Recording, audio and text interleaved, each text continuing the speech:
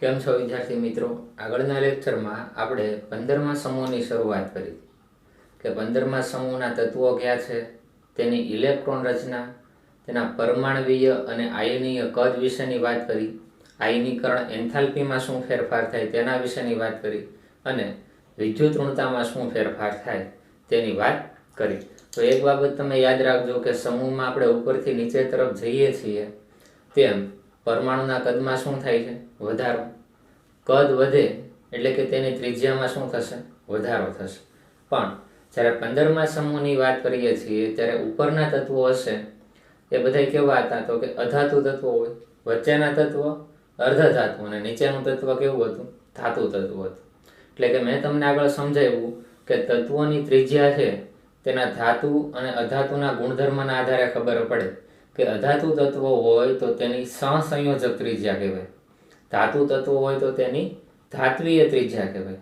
પણ all over માત્ર પરમાણુ માટેની ખાલી વાત કરીએ, ધાતુ અધાતુ એવું ન બોલીએ તો તેને પરમાણુય ત્રિજ્યા બોલીએ તો પણ કાંઈ વાંધો નથી. તો આપણે ઉપરથી નીચે તરફ જતા હતા તો ત્યારે ધીરે ધીરે તેની પરમાણુય ત્રિજ્યા વધતી હતી.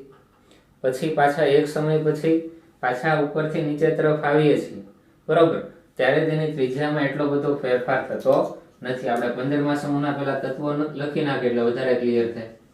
કયા કયા આવશે? જો આપણે આ રીતે લખીએ છીએ કે Nana Patekar nitrogen, phosphorus, arsenic, antimony, bismuth. Nana Patekar, Aishwarya, સબ, બિંદાસ. આ રીતે આપણે યાદ રાખ્યું વધારે ઇઝીલી યાદ રહી જાય. શું કીધું હતું? નાઇટ્રોજન થી ફોસ્ફરસ તરફ જાવ તેમ ત્રિજ્યામાં વધારો થશે, પણ આર્સેનિક થી બિસ્મથ તરફ જઈએ તેમ એટલો બધો ફેર થતો નથી. એની પાછળનું કારણ શું છે? ઇનર્ટ પેયર ઇફેક્ટ, એટલે કે નિષ્ક્રિય યુગ્મ અસર, અથવા તો આપણે કહીએ છીએ ને સ્ક્રીનિંગ અસર, એ ઘટે જ્યારે ઝેડ ઇફેક્ટ કેવી થાય? વધવાની. તો એક વાત કરીએ આપણે. બીજું આપણે વિદ્યુત ઋણતા પણ જોયું કે ઉપરથી નીચે તરફ આવો વિદ્યુત ઋણતામાં શું થાય? ઘટાડો થાય. આયનીકરણ એન્થાલ્પીની વાત કરી કે સમૂહમાં ઉપરથી નીચે તરફ જાઓ પરમાણુના કદ મોટા થતા છે, જેમ કદ મોટા થાય તેમ બાહ્યતમ કક્ષામાં રહેલો ઇલેક્ટ્રોન ઇઝીલી બહાર નીકળે, આપણે એને વધારે ઉર્જા આપવાની જરૂર પડતી નથી. તો આવા તત્વોમાં સમૂહમાં ઉપરથી નીચે તરફ જઈએ તેમ તેની આયનીકરણ એન્થાલ્પીના મૂલ્યો ઘટતા છે. આ બધી બાબતનો અભ્યાસ આપણે આગળ કર્યો અને ખાસ 15મા સમૂહના તત્વોની ઇલેક્ટ્રોન રચના તમને યાદ હોવી જોઈએ. ઇલેક્ટ્રોન રચનામાં ભૂલ ન પડી ખાસ યાદ રાખજો. કારણ શું? જો તમને આવર્તના ક્રમ ખબર હશે એટલે વધારે ઇઝીલી ખબર પડશે. આ બીજો આવર્ત છે, આ ત્રીજો આવર્ત, આ ચોથો, પાંચમો અને આગળનો છઠ્ઠો આવર્ત છે. જેવો ચોથા આવર્તમાં તમે તત્વોની ઇલેક્ટ્રોન રચના લખો છો એટલે કે ચોથો આવર્ત એટલે શું થાય? તો કે એની ઇલેક્ટ્રોન રચનામાં 3d10 આવશે. અહીંયા શું લખવું પડશે? 3d10, બરાબર. પાંચમા આવર્તની તમે વાત કરો તો અહીંયા શું લખવું પડે? 4d10. પણ પાંચમા આવર્તમાંથી તમે છઠ્ઠા આવર્તમાં જ્યારે આવો છો ત્યારે આની અંદર લેન્થેનાઇડ શ્રેણીના પણ 14 તત્વોનો સમાવેશ થઈ જાય જે F વિભાગમાં આવે. તો છઠ્ઠો આવર્ત છે તો F વિભાગની ઇલેક્ટ્રોન રચના શું છે? n-2f, એટલે કે અહીંયા n નો ક્રમ કેટલો? 6, એટલે 6 માંથી 2 એટલે 4. એટલે કે આની ઇલેક્ટ્રોન રચના લખો ત્યારે 4f માં 14 ઇલેક્ટ્રોન મૂકી દેવાના અને 6 માંથી 1 એટલે 5, એટલે કે 5d માં 10 ઇલેક્ટ્રોન મૂકવાના. એટલું તમને ભૂલાવવું જોઈએ નહીં. અને પછી તો શું આવે? અહીંયા નિષ્ક્રિય વાયુ આવવાનો. અહીંયા કયું આવે? હિલિયમ. અહીંયા કયું આવે? નિયોન. અહીંયા આર્ગોન, ક્રિપ્ટોન અને અહીંયા કયું આવશે? ઝેન. અને બાહ્યતમ કક્ષામાં રહેલા ઇલેક્ટ્રોન કઈ રીતે ગોઠવાય તો તમને ખબર છે. 15મા સમૂહની સામાન્ય ઇલેક્ટ્રોન રચના શું છે? ns2 np3, એટલે કે આ 12મી કક્ષામાં આ રીતે ઇલેક્ટ્રોન ગોઠવાશે જ્યાં n બરાબર આવર્તનો ક્રમ થાય. તો એટલું તમને ક્લિયર હોવું જોઈએ કે 15મા સમૂહની ઇલેક્ટ્રોન રચના શું થશે. હવે આપણે આગળ વધીએ. આજનો જે નવો ટોપિક છે તે સમૂહ 15ના તત્વોની જે ઓક્સિડેશન અવસ્થા છે તેના વિશેની વાત કરવાની છે. ઓક્સિડેશન આંક તમે રેડોક્સ પ્રક્રિયાવાળું ચેપ્ટર ભણ્યા છો, એમાં તમને ખ્યાલ હશે કે ઓક્સિડેશન આંક આપણે કઈ રીતે મેળવી શકીએ. ઓક્સિડેશન આંક એટલે શું? તો કે બાહ્યતમ કક્ષામાં રહેલા ઇલેક્ટ્રોન, બરોબર, ઇલેક્ટ્રોનનું જો દાન કરે, જેટલા ઇલેક્ટ્રોનનું દાન કરે એ સંખ્યાને શું થઈ જાય? ઓક્સિડેશન આંક. અથવા તો ઇલેક્ટ્રોન સ્વીકારે તો એનો ઓક્સિડેશન આંક માઇનસમાં આવે. જો ઇલેક્ટ્રોનનું દાન કરે તો ઓક્સિડેશન આંક કેવો આવે? પ્લસમાં આવે. ઘણીવાર એવું પણ બનશે કે એક જ તત્વ એ અલગ અલગ પ્રકારના ઓક્સિડેશન આંક ધરાવતો હોય. એ કોના ઉપર આધાર રાખે કે તેણે કેવું સંયોજન બનાવ્યું છે, અથવા તો તેણે બીજા અન્ય કયા સંયોજન સાથે પ્રક્રિયા કરી અને નિપજમાં કેવું સંયોજન બનાવે છે તેના ઉપર આધાર રાખે. એટલે કે ઘણીવાર તમને એવો ગોટાળો થાય કે તમને એમ થાય કે આ તત્વનો ઓક્સિડેશન આંક તો પહેલાં આપણે ભણ્યા ત્યારે +5 હતો, હવે કેમ આમાં +3 થઈ ગયું? થઈ શકે. એ તેના સંયોજન ઉપર આધાર રાખશે કે કેવા પ્રકારના સંયોજનો બનાવે છે. તો આપણે સ્ટાર્ટ કરીએ. જો સમૂહ 15ના તત્વોની ઓક્સિડેશન અવસ્થા, તો સમૂહ 15ના તત્વોની સામાન્ય ઇલેક્ટ્રોન રચના જોઈએ તો સંયોજકતા કક્ષા. આ શબ્દ ખાસ યાદ રાખજો કે સંયોજકતા કક્ષા એટલે શું કહેવાય? બાહ્યતમ કક્ષા. એટલે કે બહારની કક્ષામાં રહેલા ઇલેક્ટ્રોનની વાત કરીએ તો સામાન્ય ઇલેક્ટ્રોન રચના શું છે? NH2np3. શું થાય? NH2np3. તો જો નાઇટ્રોજન છે એની બાહ્યતમ કક્ષાની ઇલેક્ટ્રોન રચના શું થાય? તો કે n ની વેલ્યુ 2 તો 2s2 2p3. ફોસ્ફરસની બાહ્યતમ કક્ષામાં રહેલા ઇલેક્ટ્રોનની સંખ્યા કેટલી? 5 હોય. એની ઇલેક્ટ્રોન રચના આવર્તનો ક્રમ 3 એટલે 3s2 3p3. તો આ જે ઇલેક્ટ્રોન રચના આપણે લખીએ છીએ તે તત્વની બહારની કક્ષામાં રહેલા ઇલેક્ટ્રોન એના વિશેની માહિતી આપે છે. અંદરની કક્ષામાં રહેલા ઇલેક્ટ્રોનની માહિતી આપતા એટલે ખાસ ધ્યાન રાખજો. હવે જુઓ તો તેની બાહ્યતમ કક્ષામાં કેટલા ઇલેક્ટ્રોન છે? NH2 એટલે આમાં 2 અને np3 એટલે કે ટોટલ 5 ઇલેક્ટ્રોન છે. એક એક્ઝામ્પલ જ લઈએ. જો નાઇટ્રોજન થી આપણે શરૂઆત કરીએ, નીચેના આપણને સમજાઈ જશે. જો નાઇટ્રોજન છે એનો પરમાણુ ક્રમાંક કેટલો થાય? 7. તો એની ઇલેક્ટ્રોન રચના આપણે લખીએ હિલિયમ, પછી બીજો આવર્ત એટલે શું લખશું? 2s2 2p3. તો જો તો અહીંયા મુખ્ય ક્વોન્ટમ કેટલો છે? 2. અહીંયા કેટલો છે? 2. તો આ બાહ્યતમ કક્ષા કઈ થઈ ગઈ? બીજી કક્ષા છે. કઈ કક્ષા છે? બીજી. બીજી કક્ષાની અંદર જે s કક્ષક છે એમાં 2 ઇલેક્ટ્રોન છે, p કક્ષક છે એમાં કેટલા ઇલેક્ટ્રોન છે? 3 ઇલેક્ટ્રોન. તો ખાસ ધ્યાન રાખજો કે કક્ષાની અંદર શું હોય? કક્ષક હોય. તો જુઓ તો નાઇટ્રોજનનો આપણે અહીંયા પરમાણુ બનાવીએ તો સેન્ટરમાં શું હશે? અહીંયા પ્રોટોન હશે. પહેલી કક્ષા એ તો હિલિયમ જેવી જ રચના છે. એટલે કે પહેલી કક્ષામાં કેટલા ઇલેક્ટ્રોન આવશે? 2 ઇલેક્ટ્રોન આવશે. બીજી કક્ષામાં આ જો પહેલી કક્ષા છે. બીજી કક્ષામાં કેટલા ઇલેક્ટ્રોન આવશે? NH2 એટલે કે આમાં s કક્ષક કઈ છે? બરોબર. આમાં કઈ કક્ષક હોય? એક s કક્ષક જે ગોળ આકારની હોય અને એક p કક્ષક જે કેવી હોય? ડબેલ્સ આકારની હોય. આ s કક્ષકની અંદર 2 ઇલેક્ટ્રોન હોય. કેટલા હોય? 2. અને p કક્ષકની અંદર 3. એટલે ટોટલ ઇલેક્ટ્રોન કેટલા થશે? 5 થશે. તો અહીંયા 5 ઇલેક્ટ્રોન હું દર્શાવી દઉં છું. તો જુઓ તો આ નાઇટ્રોજનની બહારની કક્ષા કઈ થઈ ગઈ? તો તમે કહેશો કે આ તો અંદરની કક્ષા છે. આ પહેલી કક્ષા છે, અંદરની કક્ષા છે. જેણે હિલિયમ જેવી ઇલેક્ટ્રોન રચના પ્રાપ્ત કરી એટલે તો સ્થાયી છે. જ્યારે આ બીજી કક્ષા છે એ બહારની કક્ષા છે. તો બાહ્યતમ કક્ષામાં કેટલા ઇલેક્ટ્રોન આવ્યા? 5 ઇલેક્ટ્રોન આવ્યા. આ રીતેનો સમજ તમે આ રીતે સમજી શકો છો. નાઇટ્રોજન છે એને અષ્ટકના નિયમ પ્રમાણે ઇલેક્ટ્રોન રચના શું થાય? 2 અને 5. તો નાઇટ્રોજનની જે બાહ્યતમ કક્ષા છે એની પાસે 5 ઇલેક્ટ્રોન છે. તો આપણે એમ કહી શકાય કે આને અષ્ટક પૂરું કરવું હોય તો એ 3 ઇલેક્ટ્રોનનો સ્વીકાર કરી લે તો અહીંયા 8 ઇલેક્ટ્રોન આવી જાય. તો નાઇટ્રોજનની જે ઓક્સિડેશન અવસ્થા છે અથવા તો ઓક્સિડેશન આંક છે એ જો 3 ઇલેક્ટ્રોન મેળવી એટલે -3 થાય. તો જુઓ તો 2 અને 5 છે, 3 ઇલેક્ટ્રોન મેળવે 5 ની જગ્યાએ કેટલા થઈ જાય? 8. તો અષ્ટક પૂરું થઈ ગયું. તો નાઇટ્રોજનને 3 ઇલેક્ટ્રોનની જરૂર છે એટલે કે એનો ઓક્સિડેશન આંક -3 થાય. ઘણીવાર કેવું થાય જુઓ તો આ 5 ઇલેક્ટ્રોનનું દાન પણ કરી દે. બાહ્યતમ કક્ષામાં કેટલા ઇલેક્ટ્રોન છે? 5. તો તેનો ઓક્સિડેશન આંક કેટલો થાય? +5 પણ થાય. ઘણીવાર એવું પણ બને. જો અહીંયા શું છે? 2p3. અહીંયા 2p કક્ષકના 3 ઇલેક્ટ્રોનનું દાન કરી દે. ખાલી 2s ના ઇલેક્ટ્રોનનું એ દાન કરતા નથી. કારણ કે જો s કક્ષક હોય કેન્દ્રની નજીક હોય, જ્યારે p કક્ષક હોય કેન્દ્રની કેવી હોય? દૂર હોય. એટલે ઘણીવાર એવું પણ બને કે આ જે p કક્ષક છે એના 3 ઇલેક્ટ્રોનનું દાન કરી દે, s કક્ષકના ઇલેક્ટ્રોનનું દાન થતું નથી. આવશે આગળ શા માટે s કક્ષકના ઇલેક્ટ્રોનનું દાન થતું નથી. નિષ્ક્રિય યુગ્મ અસર શું છે એ આપણે સમજવાની. એટલે કે માનો કે 2p કક્ષકના 3 ઇલેક્ટ્રોનનું દાન કરી દે તો ઓક્સિડેશન આંક +3 પણ થાય. તો પહેલા આપણે એક કામ કરીએ, અહીંયા લખીએ +3 અથવા તો 5 ઇલેક્ટ્રોનનું દાન કરી દે તો કેટલો હોય? +5. ઓલ ઓવર તમારે કેવું હોય તો નાઇટ્રોજનનો ઓક્સિડેશન આંક -3 થી +5 ની વચ્ચે હોય. શું લખાય? નાઇટ્રોજનનો ઓક્સિડેશનાંક -3 થી +5 ની વચ્ચે હોય. એવું ફિક્સ ન હોય કે -3 જ હોય, +3 હોય ને +5 જ હોય. આ ત્રણ ઓક્સિડેશનાંક સિવાયના વચ્ચેના ઓક્સિડેશનાંક પણ જોવા મળશે તમને. ઘણીવાર -3, -2, -1, 0, +1. જો 0 ઓક્સિડેશનાંક હોય, જો નાઇટ્રોજન છે N2 સ્વરૂપે હોય તો તમે રેડોક્સ પ્રક્રિયાવાળું ચેપ્ટર ભણી ગયા તો અણુના ઓક્સિડેશનાંક કેટલા હોય? 0 હોય. એટલે 0 ઓક્સિડેશનાંક હોય, +1, +2 એવું ક્યાં સુધી? +5 સુધીના ઓક્સિડેશનાંક. પણ મોસ્ટ ઓફલી જે ઓક્સિડેશનાંક તમે જોશો એ સંયોજનના -3 હશે કે +3 હશે અથવા +5 હશે. જો હું નાઇટ્રોજનની વાત કરું છું, સમૂહના તમે એક તત્વનો અભ્યાસ કરો ઓટોમેટિકલી નીચેના બધા તત્વોનો અભ્યાસ થાય. કારણ કે આ ફેમિલીનો જે ઉપરનો તત્વ છે એના જે ગુણધર્મો હોય એવા જ નીચેના તત્વોના ગુણધર્મો હોય. આવર્ત કોષ્ટકમાં તત્વોને એ રીતે જ ગોઠવા છે કે જેથી ઉપરના એક તત્વોનો તમે અભ્યાસ કરો તો નીચેના બધા તત્વો એ ઉપરના તત્વો જેવો જ ગુણધર્મો ધરાવતા હોય. 11મા ધોરણમાં તમે સમજેલા છે.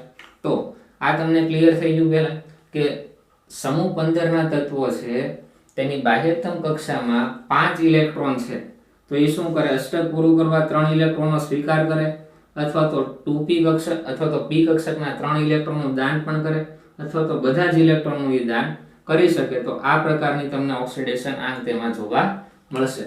તો શું કીધું? સામાન્ય ઓક્સિડેશન અવસ્થાની શું શું હોઈ શકે? -3, +3 અને +5. એટલે કે -3 થી +5 સુધીની તેની ઓક્સિડેશન અવસ્થા જોવા મળશે. બીજું જો આમાં આપણને શું ખબર છે? ધાતુ તત્વો, અધાતુ તત્વો અને અર્ધધાતુ તત્વો એ ક્યાં ક્યાં છે એ પણ આપણને ખબર હોવી જોઈએ. તો મેં તમને લખાવેલું છે આવર્ત કોષ્ટક. જ્યારે આગળ આપણે જોયું હતું તેમાં જ આપણે કીધું હતું કે લાલ પેનથી જે દર્શાવેલા તત્વો હતા એ બધા કેવા હતા?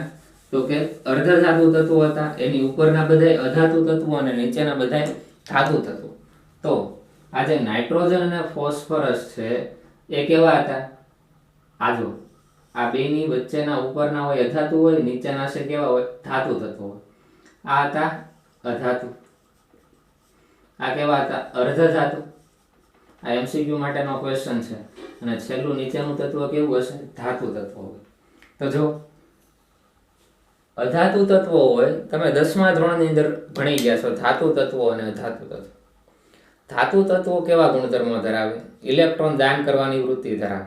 અને અધાતુ તત્વો હોય એ ઇલેક્ટ્રોન સ્વીકારવાની વૃત્તિ ધરાવે. આવર્ત કોષ્ટકમાં પણ તમે જોઈ ગયા છો કે પહેલો સમૂહ અને બીજો સમૂહ છે એ ધાતુ તત્વોનો સમૂહ છે. તો આપણે એમ કહીએ છીએ કે પ્રથમ અને બીજા સમૂહના તત્વો છે ઇલેક્ટ્રોન દાતા છે. પણ જેમ તમે આવર્ત કોષ્ટકમાં ડાબી બાજુથી જમણી બાજુ તરફ આગળ વધો છો એટલે કે પહેલો સમૂહ, બીજો સમૂહ, એવી રીતે તમે 17મો સમૂહ, 16મો સમૂહ એ સાઈડના તમે તત્વો જોવો ને તો ઇલેક્ટ્રોન મેળવવાની વૃત્તિ ધરાવતા તત્વો થઈ ગયા. એક્ઝામ્પલ તરીકે 17મો સમૂહ છે હેલોજન સમૂહ, એમાં ફ્લોરિન છે. તો ફ્લોરિન છે ને 1 ઇલેક્ટ્રોનની જરૂર છે, ક્લોરિન છે ને 1 ઇલેક્ટ્રોનની જરૂર છે. તો તમે આવર્ત કોષ્ટકમાં ડાબી બાજુ જુઓ તો ડાબી બાજુ કોણ આવે? સોડિયમ તત્વ આવે. સોડિયમ થી ઇલેક્ટ્રોન દાન કરે. પણ તમે ધીરે ધીરે જમણી બાજુ જાવ ફ્લોરિન આવે તો ઇલેક્ટ્રોન સ્વીકાર કરે.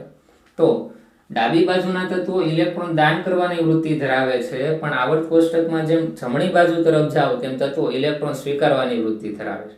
તો એમ પણ આપણે ભણી ગયા છીએ કે આવર્ત કોષ્ટકમાં ડાબી બાજુના તત્વો ધાત્વીય ગુણધર્મો ધરાવે, જ્યારે જેમ આગળ તરફ જઈએ ને જમણી બાજુ તરફ જઈએ તેમ અધાત્વીય ગુણધર્મો વધતો છે.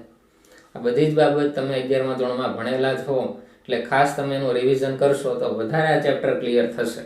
અને તમને કીધેલું પણ છે કે આવર્ત કોષ્ટક વાળું ચેપ્ટર આવડશે એટલે કે 12મા ધોરણના જે પી બ્લોક એલિમેન્ટ અને ડી બ્લોક એલિમેન્ટ વાળા ચેપ્ટર છે એ વધારે ક્લિયર થશે. તો આના આધારે આપણે જોઈએ તો ધાતુ તત્વો છે બધા ઇલેક્ટ્રોન દાન કરે, હાઈલી રિએક્ટિવ હોય, કેવા હોય? ખૂબ જ વધારે પ્રતિક્રિયાત્મક હોય. એટલે કે ઇલેક્ટ્રોન દાન કરવાની વૃત્તિ ધરાવે.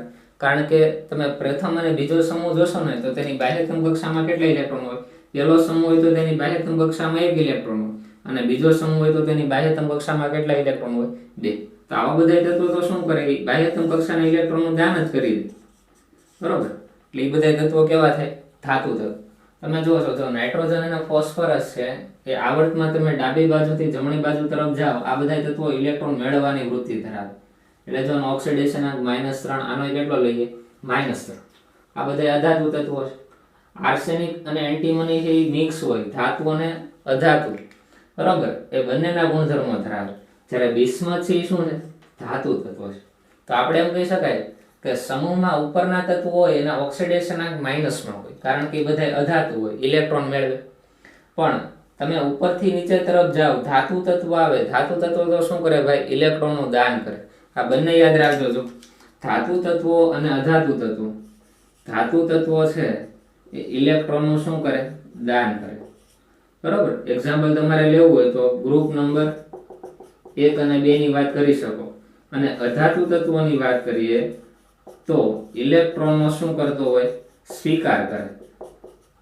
ગ્રુપ નંબર ક્યાંથી ક્યાં સુધીના લઈ શકાય? તો કે ગ્રુપ નંબર 13 થી 17 સુધીના તત્વોમાં મોસ્ટ ઓફલી શું આવે?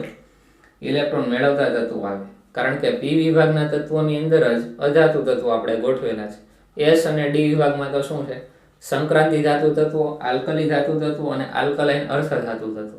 એ બધી તમને ખ્યાલ છે.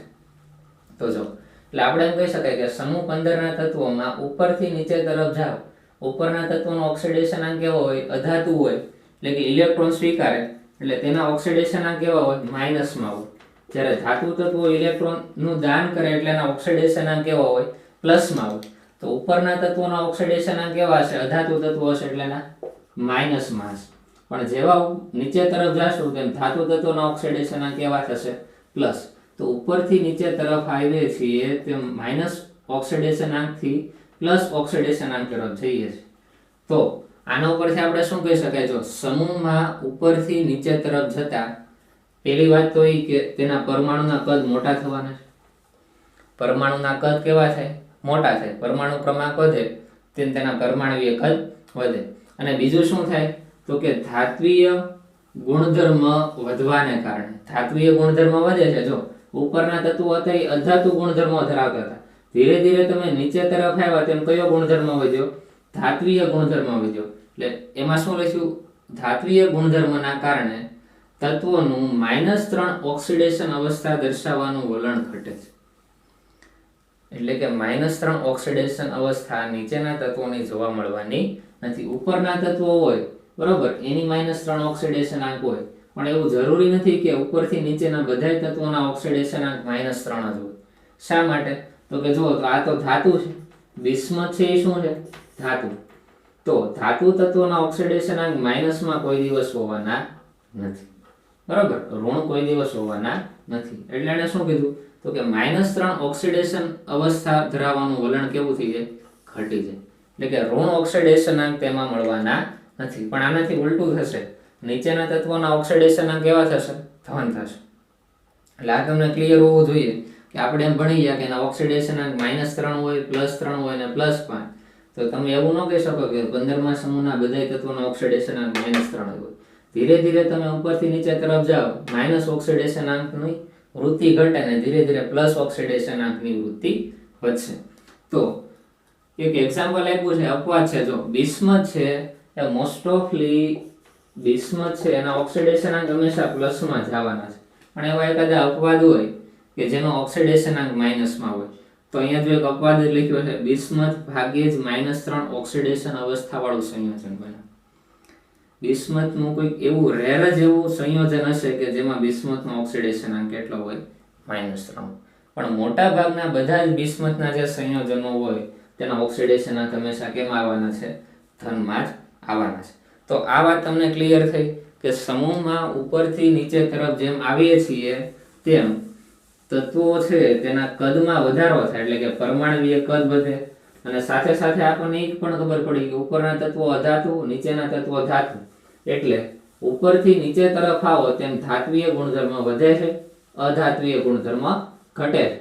જેના કારણે ઓક્સિડેશનાંકમાં શું ફેર થાય? તો કે માઇનસ ઓક્સિડેશનાંક ઘટી જાય. એટલે કે માઇનસ ઓક્સિડેશનાંકમાં ઘટાડો થાય, સામો પ્લસ ઓક્સિડેશનાંકમાં વધારો જોવા મળશે. તો પાછા આપણે અહીંયા તત્વો લખી નાખીએ.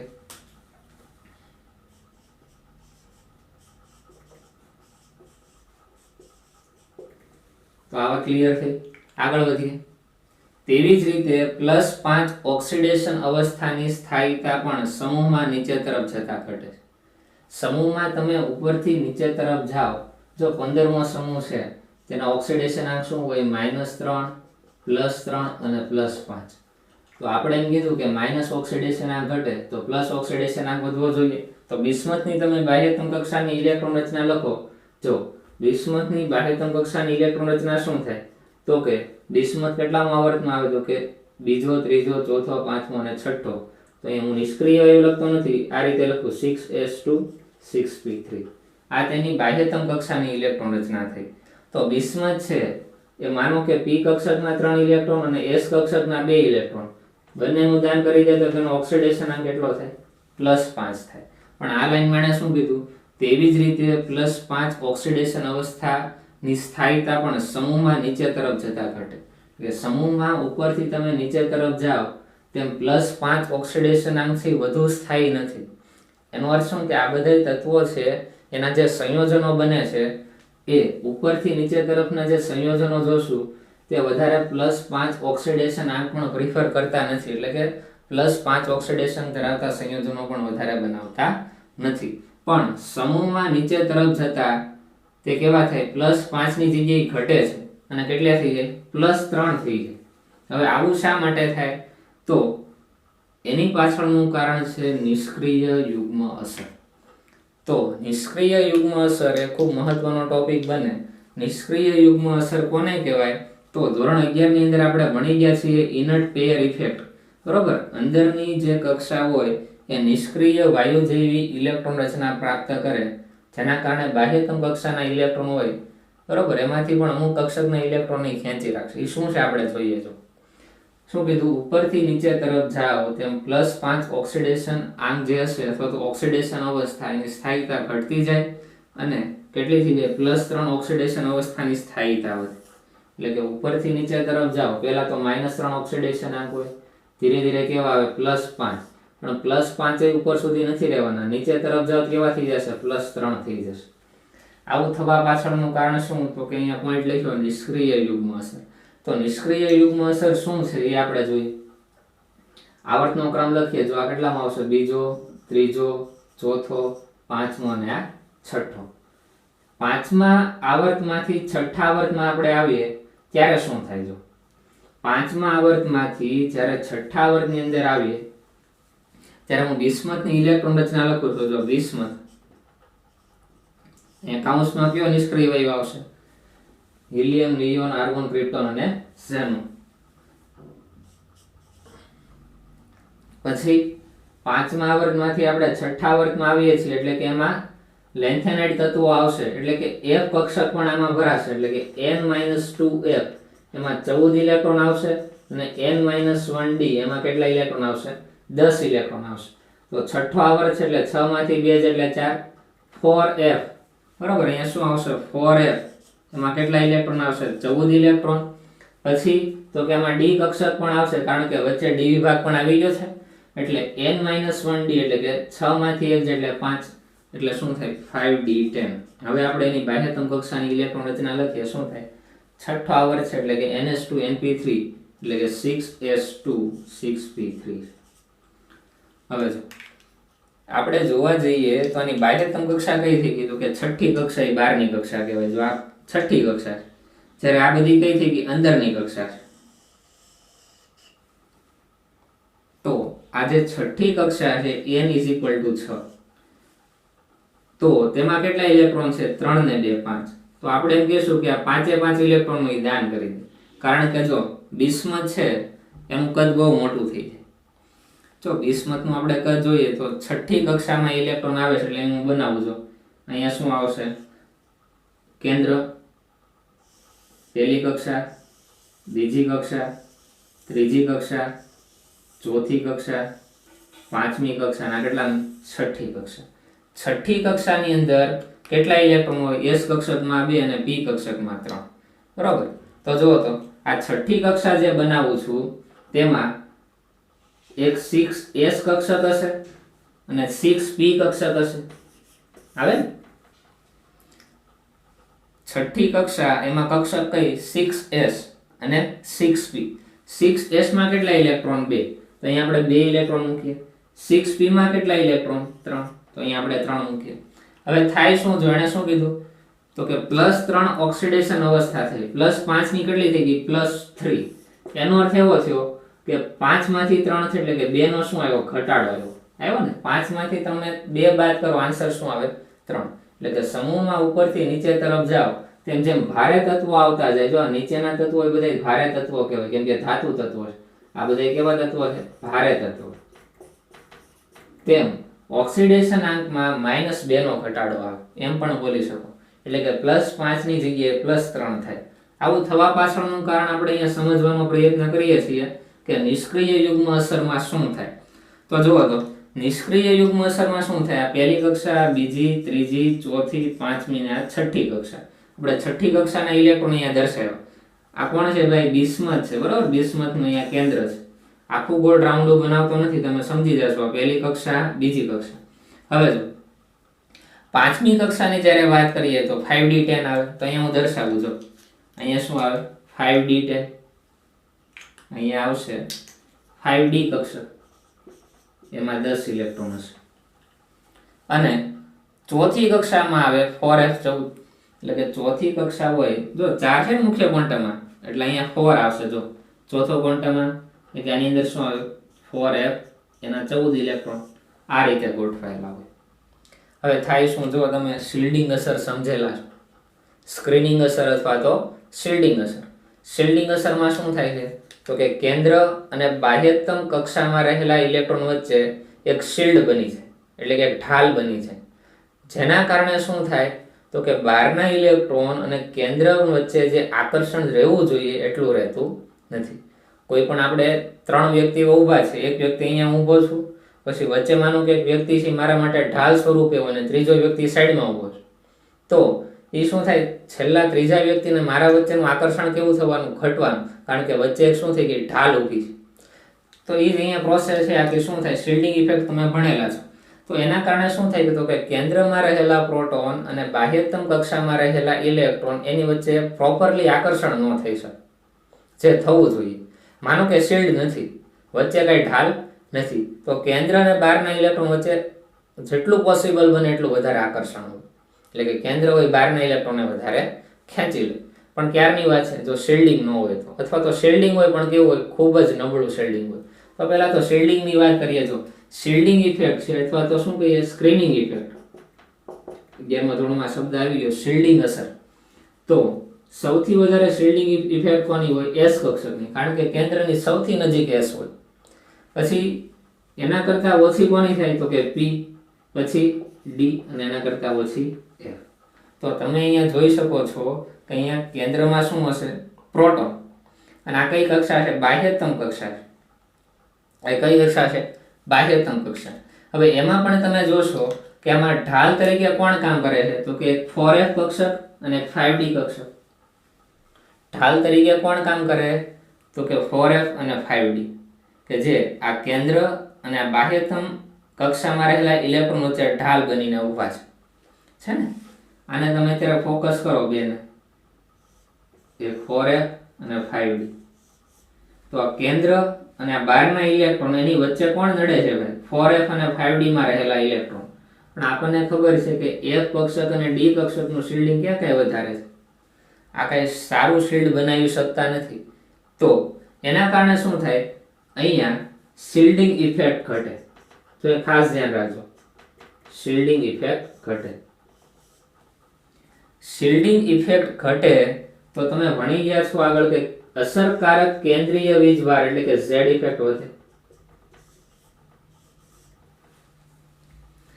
અહીંયા રહેલા જે ઇલેક્ટ્રોન છે એ બાહ્યતમ કક્ષામાં રહેલા ઇલેક્ટ્રોન વચ્ચે એવું સારું શિલ્ડ આપી શકતા નથી. કેવું હોય, ખૂબ જ નબળું હોય. જેના કારણે અહીંયા કેન્દ્રમાં રહેલા પ્રોટોન એ બાહ્યતમ કક્ષામાં રહેલા ઇલેક્ટ્રોનને ખેંચશે. એનો અર્થ એવો કે એનો Z ઇફેક્ટ વધી ગયો. Z ઇફેક્ટ વધે તો એનો અર્થ શું થાય ભાઈ તો કે કદ કેવું થાય, થોડુંક સંકોચાય ને. જેના કારણે આપણે કહી શકાય, જો આમે પાછા બે ધ્યાન રાખજો, જો 6s કક્ષક હોય નજીક હોય અને p કક્ષક હોય થોડી કેવી હોય દૂર હોય. કક્ષકોના કેન્દ્રથી કેટલા અંતરે આવેલી છે એનો ક્રમ પણ આ જ રહેવાનો છે, બરોબર. સૌથી નજીક હોય એ s કક્ષક હોય કેન્દ્રની, પછી કોણ આવે p, પછી કોણ આવે d, પછી કોણ આવે f. તો જુઓ તો અહીંયા તો હું આ રીતે જ દર્શાવું છું કે છઠ્ઠી કક્ષામાં 6s માં 2 ઇલેક્ટ્રોન અને 6p માં 3 ઇલેક્ટ્રોન છે, પણ રિયલમાં તમે જોશો તો આ 2 ઇલેક્ટ્રોન છે વધારે કેન્દ્રની નજીક હશે. કારણ શું? તો કે s કક્ષક કેન્દ્રની વધારે નજીક, જ્યારે p કક્ષક છે એટલી બધી કેન્દ્રની વધારે નજીક રહેતી નથી. આના કારણે આ શિલ્ડિંગ ઇફેક્ટ ઘટી ગઈ. તો આ જે 6s માં રહેલા 2 ઇલેક્ટ્રોન છે s કક્ષક હોવાથી કેન્દ્રની નજીક છે, એના કારણે આ કેન્દ્રની અંદર રહેલો પ્રોટોન એ આ 6s માં રહેલા 2 ઇલેક્ટ્રોનને પોતાની તરફ ખૂબ પ્રબળતાથી ખેંચી લેશે. આ રીતે. તો જુઓ તો હવે આ ઇલેક્ટ્રોન છે એનું દાન થવાનું નથી. તો આપણે અહીંયા લખીએ, જો આ 6s2 છે આના ઇલેક્ટ્રોનનું હવે દાન થવાનું નથી, કારણ કે આ જે s કક્ષકમાં 2 ઇલેક્ટ્રોન છે એ કેન્દ્રએ પ્રબળતાથી ખેંચી રાખ્યા છે, એટલે કે ઈઝીલી આમાંથી મુક્ત થતા નથી. તો બાહ્યતમ કક્ષામાં જે વાત કરીએ તો ઇલેક્ટ્રોન કેટલા બાકી રહ્યા? 6p3. આ બાહ્યતમ કક્ષાના ઇલેક્ટ્રોન જ છે, પણ આ ઇલેક્ટ્રોન ઉપર કેન્દ્રનું આકર્ષણ એટલું બધું વધારે છે કે અહીંયાથી 2 ઇલેક્ટ્રોન બહાર નીકળવાના નથી. તો જે ઇલેક્ટ્રોન નીકળશે એ 6p કક્ષકમાંથી જ નીકળશે. તો આ 3 ઇલેક્ટ્રોનનું દાન થશે. તો આપણે કહેશું તો કે બિસ્મથનો જે ઓક્સિડેશન આંક હોય એ કેટલો હોય? +3 હોય. આ આખી અસરને આપણે નિષ્ક્રિય યુગ્મ અસર તરીકે ઓળખીએ છીએ. એટલે કે આપણે એમ કહેશું કે સમૂહમાં ઉપરથી નીચે તરફ જાવ તેમ જે +5 ઓક્સિડેશન આંક છે એની સ્થાયીતા ઘટી જાય. અને કેટલી ઘટે? તો કે 2 જેટલી ઘટીને કેટલી થઈ? 3 થાય. તો જો તો આમાં ઘણું બધું વેરિએશન આવશે કે સમૂહમાં ઉપરથી નીચે તરફ જાવ, શરૂઆતમાં ઓક્સિડેશન આંક -3 આવશે, પછી 5 આવે, પણ 5 ઓક્સિડેશન આંક નીચે સુધી આવતા નથી. પાછો એમાં 2 નો ઓક્સિડેશન આંકનો ઘટાડો થાય. જો 2 જ ઘટ્યા ને, 2 ઇલેક્ટ્રોનને ખેંચી રાખે તો શું થઈ જાય? +3 થશે. એટલે કે આ લાઈન ખૂબ મહત્વની છે. અહીંયા કાઉન્સમાં લખવું પણ પડે તમારે કે આની પાછળનું કારણ શું, કે +5 ઓક્સિડેશન આંક છે એની સ્થાયીતા કેવી થાય? નીચે તરફ જતા શા માટે ઘટે છે? અને +3 અવસ્થાની સ્થાયીતા શા માટે વધે છે? તો કે નિષ્ક્રિય યુગ્મ અસર. આ તમારે ક્વેશ્ચન લખો ત્યારે આવી બધી થિયરી સમજાવવાની નથી. આમાં જે ટોપિક લખ્યા છે એ જ તમારે લાઈન ટુ લાઈન એક પછી એક લાઈન લખવાની છે. પણ આ સાઈડમાં તમે લખી નાખશો તો વધારે ક્લિયર થશે કે નિષ્ક્રિય યુગ્મ અસર એ શું કહેવા માંગે છે. ત્યાર પછી આગળ વધીએ. તેના પછીનો પોઈન્ટ જોઈએ. જો નાઇટ્રોજન તત્વ ઓક્સિજન સાથે પ્રક્રિયા કરે છે ત્યારે તે +1 થી +5 ઓક્સિડેશન અવસ્થા દર્શાવે છે. એટલે કે નાઇટ્રોજન છે એ ઓક્સિજન તત્વ સાથે જે પ્રક્રિયા કરીને સંયોજનો બનાવે તેમાં નાઇટ્રોજનના ઓક્સિડેશન આંક +1 થી +5 સુધીના જોવા મળે છે. અહીંયા મેં તમને એક્ઝામ્પલ આપેલા છે. જો એમોનિયા છે બરોબર, તો એમાં નાઇટ્રોજનનો ઓક્સિડેશન આંક કેટલો છે? -3. N2 હોય તો એમાં કેટલો હોય? -2. એવા અલગ અલગ સંયોજનો તમને દર્શાવાય. આ ઓક્સિજન સાથેના સંયોજનો છે. જો ઓક્સિજન સાથેના સંયોજનોમાં કેટલો છે? +1 થી +5. આ બધા કેવા છે? ઓક્સિજન સાથેના સંયોજનો. જો બધામાં ઓક્સિજન આવે છે. ઓક્સિડેશન આંક +1 થી ક્યાં સુધી આવે છે? +5 સુધી જોવા મળે છે. તમારે આ બધા સંયોજનો યાદ રાખવાના નથી, પણ તમને એક યાદ હોવું જોઈએ કે નાઇટ્રોજન છે ઓક્સિજન સાથે પ્રક્રિયા કરીને આ બધા જે સંયોજનો બનાવે છે તેમાં એનું ઓક્સિડેશન આંક +1 થી +5 સુધીનો હોય. એવી રીતે હાઇડ્રોજન સાથેના જુઓ તો -3, -2, -1, 0 આવા બધા એના હશે ઓક્સિડેશન આંક. આગળ વધીએ આપણે. ફોસ્ફરસ તત્વ પણ તેના ઓક્સો એસિડ સંયોજનોમાં +1 થી +4 ઓક્સિડેશન અવસ્થા દર્શાવે છે. તો આ ફોસ્ફરસના ઓક્સો એસિડ સંયોજનો છે. જો તો આમાં ફોસ્ફરસનો ઓક્સિડેશન આંક +1 છે, અહીંયા આનો ઓક્સિડેશન આંક કેટલો છે? +4. એટલે કે ક્યાંથી ક્યાં સુધીના હોય? +1 થી +4. આ બધા યાદ રાખવાના નથી, બરોબર? હવે તો તમને ખ્યાલ આવવો જોઈએ. આગળ વધી. જો કે નાઇટ્રોજન તત્વ હેલોજન તત્વો સાથે +5 ઓક્સિડેશન અવસ્થા ધરાવતા સંયોજનો બનાવતું નથી. ખાસ ધ્યાન રાખજો. જો નાઇટ્રોજન તત્વ છે એ હેલોજન એટલે કે હેલોજન તત્વ એટલે આપણે કયા લઈ શકાય? ફ્લોરિન, ક્લોરિન, બ્રોમિન આ બધા, બરોબર? એની સાથે +5 ઓક્સિડેશન અવસ્થા ધરાવતા સંયોજનો બનાવતું નથી. એની પાછળનું કારણ શું? તો કે નાઇટ્રોજન પાસે ડી કક્ષક નથી. નાઇટ્રોજન છે એ મહત્તમ 4 સંયોજકતા ધરાવે. જો નાઇટ્રોજન છે એની બાહ્યતમ કક્ષામાં કેટલા ઇલેક્ટ્રોન હોય? 5. તો પહેલી સંયોજકતા, બીજી, ત્રીજી અને આ 2 ઇલેક્ટ્રોન આ રીતે આપણે મૂકીએ છીએ. તમે આનો ઉપયોગ તમે સવર્ગ સહસંયોજક બોન્ડ બનાવવા કરી શકો. તો આ રીતે થાય કે પહેલી સંયોજકતા, બીજી અને આ ચોથી, આ બે ઇલેક્ટ્રોન, આ એરો તમારે સમજવાનો શું છે, સવર્ગ સહસંયોજક બંધ, એટલે કે બંને ઇલેક્ટ્રોનો શું કરતો હોય, દાન કરતો હોય ત્યારે જે બોન્ડ બને તેની વાત છે. તો નાઇટ્રોજન છે એ +5 ઓક્સિડેશનાંક હેલોજન માટે દર્શાવતા નથી. ઓક્સિજન માટે દર્શાવે છે બરોબર, પણ હેલોજન માટે દર્શાવતા નથી. એની પાછળનું કારણ તો કે નાઇટ્રોજન પાસે ડી કક્ષક નથી.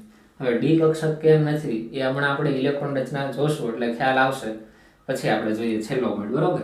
નાઇટ્રોજનના કિસ્સામાં તેની +1 થી +4 સુધીની બધી ઓક્સિડેશન અવસ્થાની વૃત્તિ એસિડ દ્રાવણમાં વિષમ પ્રમાણમાં હોય. તમે અહીંયા જોશો કે આ એસિડિક મીડિયમમાં થતી રિએક્શન છે એમાં કોઈ પણ નાઇટ્રોજનનો અહીંયા ઓક્સિડેશન ગોતો, અહીંયા નાઇટ્રોજનનો ઓક્સિડેશન ગોતો, અહીંયા ગોતો અને અહીંયા ગોતો, વેલ્યુ સેમ નહીં આવે, અલગ અલગ આવશે. અહીંયા નાઇટ્રોજનનો ઓક્સિડેશન કેટલો આવે જો તો 3 દુ 6 -6 બરાબરની આ સાઈડ છે એટલે +6, હાઇડ્રોજનનો +1 આ સાઈડ છે એટલે -1 એટલે આનો +5 થાય. અહીંયા જો તો શું થશે, અહીંયા શું થશે, HNO3 બરોબર, 3 દુ 6 માંથી 1 એટલે 5.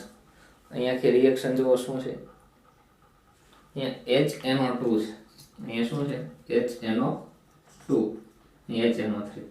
તો આનું ઓક્સિડેશન આમ શું થાય જુઓ તો 2 દુ 4 બરોબર, બરાબરની આ સાઈડ જશે +4 -1 એટલે +3 થશે.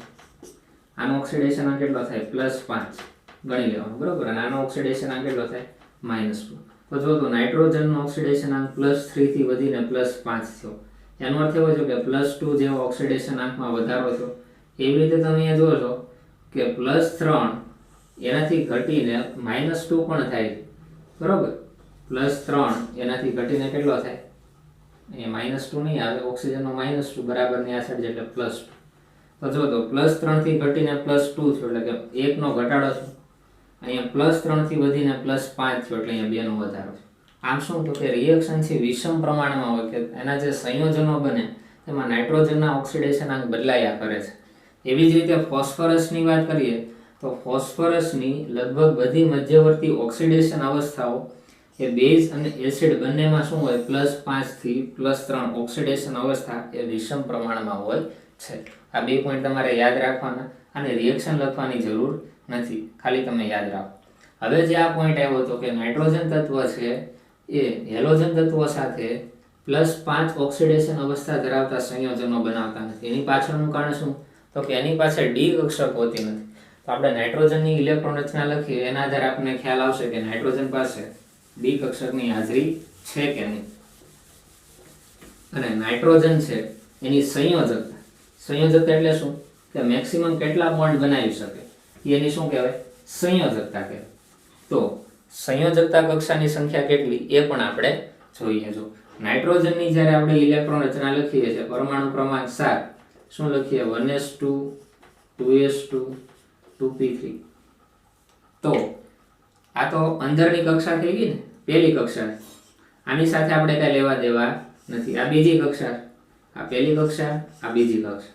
હવે જો તો બીજી કક્ષા હોય તો બીજી કક્ષામાં 2d આવે ભાઈ, બાહ્યતમ કક્ષા તો બીજી થઈ ને. તો અહીંયા ખાસ ધ્યાન રાખજો કે અહીંયા પહેલી કક્ષા હોય બરોબર, બીજી કક્ષા, ત્રીજી કક્ષા, ચોથી કક્ષા. પહેલી કક્ષામાં શું આવે 1s, બીજી કક્ષામાં આવે 2s અને 2p આવે. ત્રીજી કક્ષામાં શું આવે તો કે 3s, 3p અને 3d. ચોથી કક્ષામાં શું આવે તો કે 4s, 4p, 4d અને 4f કક્ષક હોય. કક્ષામાં રહેલી કક્ષકો આ રીતે હોય. પહેલી કક્ષા છે એમાં 1s કક્ષક આવે, બીજી કક્ષામાં કઈ કક્ષક તો કે 2s અને 2p જ આવે. તો જુઓ તો કક્ષા નંબર 2 એમાં 2d ક્યાંય દેખાય છે ભાઈ, ડી કક્ષક આવતી જ નથી. નાઇટ્રોજન પાસે ડી કક્ષક હોતી નથી. જો ત્રીજી કક્ષાની વાત હોય તો બરોબર છે, પણ અહીંયા તો બીજી કક્ષા જ પૂરું થઈ જાય. તો અહીંયા 2d એવી એક પણ કક્ષક આવતી નથી. તો આપણે એમ કહીશું કે નાઇટ્રોજન પાસે ડી કક્ષક તો છે નહીં. હવે આને આપણે દર્શાવીએ, જો 2s કક્ષક અને 2p કક્ષક. 2s કક્ષકમાં કેટલા ઇલેક્ટ્રોન છે જુઓ તો 2 ઇલેક્ટ્રોન, તો અહીંયા લખીએ 2 ઇલેક્ટ્રોન. 2p કક્ષકમાં કેટલા ઇલેક્ટ્રોન છે 3 ઇલેક્ટ્રોન. તો જો નાઇટ્રોજનનો આપણે પરમાણુ બનાવીએ તો તેની બાહ્યતમ કક્ષામાં જે 3 ઇલેક્ટ્રોન હોય આ રીતે આપણે દર્શાવશું. અને આ 2 ઇલેક્ટ્રોન થી શું હોય કે લોન પેર હોય. તો નાઇટ્રોજન છે આ રીતે 1 2 અને 3 ત્રણ સંયોજકતા આ બનાવે. એક લોન પેર હોય એટલે શું કરે, આ રીતે સવર્ગ સહસંયોજક બોન્ડ બનાવે. એક ઇલેક્ટ્રોન પોતાની પાસે રાખે, એક બીજાને આપી દે. તો આ રીતે નાઇટ્રોજન મેક્સિમમ કેટલી સંયોજકતા ધરાવે, તો કે 4 સંયોજકતા ધરાવે. 4 કરતા વધારે નાઇટ્રોજન બોન્ડ બનાવી શકતા નથી, એટલે ખાસ ધ્યાન રાખજો. એટલા માટે આપણે શું કીધું કે નાઇટ્રોજન તત્વ હેલોજન સાથે +5 ઓક્સિડેશન અવસ્થા ધરાવતા સંયોજનો બનાવતા નથી. એની પાછળનું કારણ શું, તો કે હેલોજન છે નાઇટ્રોજન વચ્ચે આપણે જે બોન્ડ બનાવવા જઈએ છીએ તો આમાં તો ઇલેક્ટ્રોન કેવો થાય, સવર્ગ સહસંયોજક બોન્ડથી જોડાય, એટલે આ બનવાનું નથી. પણ નાઇટ્રોજનની જગ્યાએ જો ફોસ્ફરસ લઈએ, નાઇટ્રોજનની નીચે શું આવે, ફોસ્ફરસ. તો ફોસ્ફરસની તમે ઇલેક્ટ્રોન રચના લખો છો. ફોસ્ફરસની જ્યારે તમે ઇલેક્ટ્રોન રચના લખો છો તો તેમાં ડી કક્ષક દેખાશે, કારણ કે ફોસ્ફરસની ઇલેક્ટ્રોન રચનામાં બાહ્યતમ કક્ષા કઈ આવશે, ત્રીજી આવશે.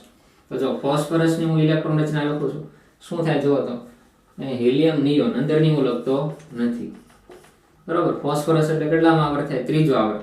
આપણે અહીંયા લખીએ 3s2 3p3 આ રીતે છે.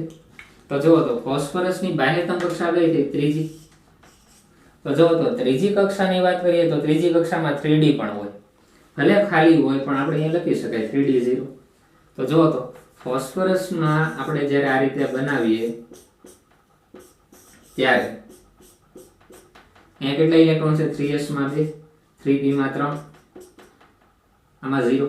હવે થાય શું જુઓ તો, ફોસ્ફરસની 3s કક્ષકનો ઇલેક્ટ્રોન જમ્પ મારીને અહીંયા આવી જાય, તો આ ઇલેક્ટ્રોન ટ્રાન્સફર થાય ને અહીંયા આવે તો જુઓ તો કેટલી સંયોજકતા બનાવે, 1 2 3 4 5, એટલે કે 5 બોન્ડ પણ બનાવી શકે અને ઘણીવાર 5 કરતા પણ વધારે બોન્ડ બનાવે છે, બરોબર. તો આનું એક એક્ઝામ્પલ છે, જો ફોસ્ફરસ છે 6 ફ્લોરિન સાથે જોડાઈને આ રીતે સંયોજન બનાવે, એટલે અહીંયા ફ્લોરિન આવે, અહીંયા ફ્લોરિન, અહીંયા 5 ફ્લોરિન અને એક અહીંયા સવર્ગ સહસંયોજક બોન્ડ વાળો ફ્લોરિન આવે, બરોબર. તો આ પ્રકારનો એક એક્ઝામ્પલ તમે લેશો, કારણ કે આની પર કેવો ચાર્જ છે, -ચાર્જ, બરોબર. એટલે શું હોય, એને સ્વીકારેલો હોય. ફ્લોરિન પાસે શું લે, ઇલેક્ટ્રોનની એક પ્રકારની સ્વીકાર કરે. આમાં આપણે આગળ પડવાનું નથી, ખાલી એક એક્ઝામ્પલ યાદ રાખો કે આ શું કહેવા માંગે છે. નાઇટ્રોજન પાસે ડી કક્ષક હોતી નથી, માટે નાઇટ્રોજન વધુમાં વધુ 4 બોન્ડ બનાવે, એટલે તો 4 સહસંયોજક બોન્ડ બનાવી, 3 હોય ઇલેક્ટ્રોનની ભાગીદારી વાળા હોય, ચોથો ઇલેક્ટ્રોન છે એ શું કરે તો કે સવર્ગ સહસંયોજક બોન્ડથી જોડાતો હોય. એટલે નાઇટ્રોજનની મેક્સિમમ સંયોજકતા કેટલી, 4, એના કરતાં વધારે હોતી નથી, બરાબર. ઓક્સિડેશનાંક અને સંયોજકતા બંને અલગ વાત છે, એટલે ખાસ ધ્યાન રાખજો. સંયોજકતા એટલે શું, કે જે તત્વ છે બીજા તત્વ સાથે, તો જે સંયોજન બનાવે છે એમાં તત્વ એ બીજા તત્વ સાથે કેટલા બોન્ડથી જોડાયેલો છે એની સંયોજકતા હોય. જ્યારે ઓક્સિડેશનાંક એટલે શું, તો કે ઇલેક્ટ્રોન દાન કરવાની અથવા તો મેળવવાની વૃત્તિ. એટલે આ બેને તમે મિક્સ ન કરતા, કે સંયોજકતા એ જ તેનો ઓક્સિડેશનાંક કહેવાય. એટલે નાઇટ્રોજન માટે પોસિબલ નથી કે એમાં ડી કક્ષક છે જ નહીં, એટલે કે મેક્સિમમ 4 જ જોડાવાના છે. અહીંયા જુઓ તો 6 સુધી જોડાઈ શકે, બરોબર, કારણ કે ડી તો હજી ખાલી છે, અહીંયા હજી જોડાઈ શકે. તો આ વાત થઈ આ પોઈન્ટની કે નાઇટ્રોજન તત્વ શા માટે હેલોજન તત્વો સાથે +5 ઓક્સિડેશન અવસ્થા ધરાવતા સંયોજનો બનાવતા નથી.